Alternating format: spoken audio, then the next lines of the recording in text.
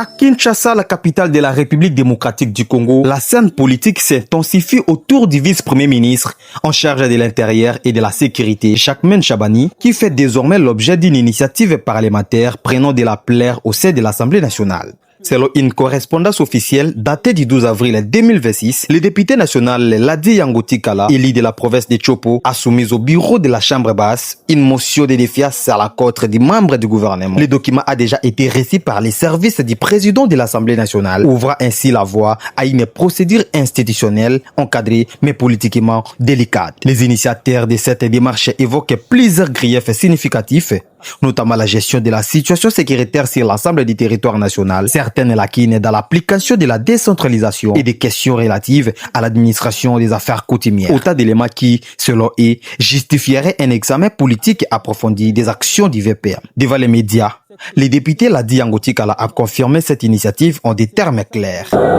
Le chef de l'État qui lui a fait confiance pour pouvoir assurer la sécurité des Congolaises et des Congolais, avec moi, vous allez vous rendre compte que cette sécurité pose énormément de problèmes.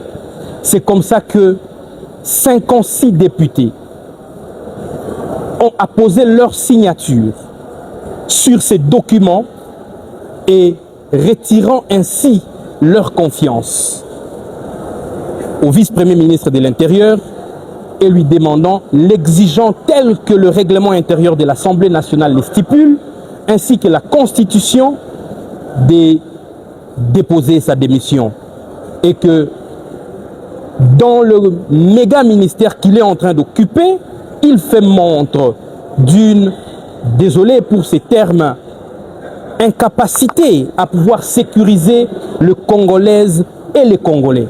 Tenons, à Kinshasa, le braquage à main armée, chaque jour, le matin, midi et la nuit, n'en parlons pas.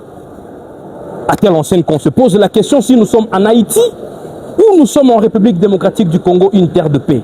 Nous sommes tous de l'Union sacrée, oui, mais lorsque un membre de l'Union sacrée n'est pas à mesure de sécuriser les Congolaises et les Congolais, nous ne pouvons pas laisser le mandat et le bilan du chef de l'État être noirci par une incompétence qui s'avère notoire.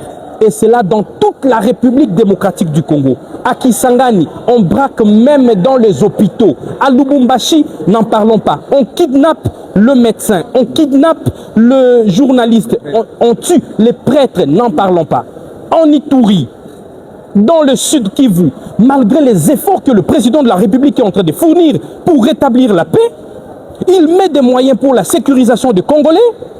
Mais qu'est-ce qui est déplorable que de voir, même en plein Kinshasa, en plein centre-ville du marché central, on vient braquer pendant la journée. Monsieur le vice-premier ministre, ministre de l'Intérieur, vous pouvez être compétent ailleurs, mais dans ces méga ministères, je sais que aucun Congolais ne va être contre moi. Et moi, ici, je suis en train d'agir avec mes collègues. J'ai leur bénédiction. Je suis le petit-fils du feu Sphinx délimité. Lorsqu'il remarque que quelque chose ne va pas, notre grand-père, Étienne Tshisekedi Wamulumba, ne mâchait pas sa langue. Il ne mettait pas sa langue dans la bouche pour dénoncer l'insécurité. Et moi, je suis le fils de Félix Antoine Tshisekedi, petit-fils de Étienne Tshisekedi, j'agis dans la logique de mon père, j'agis dans la logique de mon grand-père, qui est celui de voir la sécurité des Congolais, qui est la vision de notre feu grand-père, Étienne Tshisekedi Wamulumba, paix à son âme, qui est celui du peuple d'abord. Nous vous remercions. Cette déclaration marque le passage officiel du dossier de l'arène parlementaire où s'ouvre désormais une phase de procédures et d'enjeux politiques. Par ailleurs, le député national Eli Debumba, Vessa Andoulou Nzongo, reconnu pour son activisme au sein de la Chambre basse, son implication dans cette dynamique suscite déjà des commentaires au sein des cercles politiques. Désormais, tous les regards se tournent vers le bureau de l'Assemblée nationale, seule habilité à statuer sur la recevabilité de cette motion. Une étape clé qui pourrait donner lieu à une période de politique intense où se jouera dans l'hémicycle l'équilibre entre contrôle parlementaire et stabilité institutionnelle.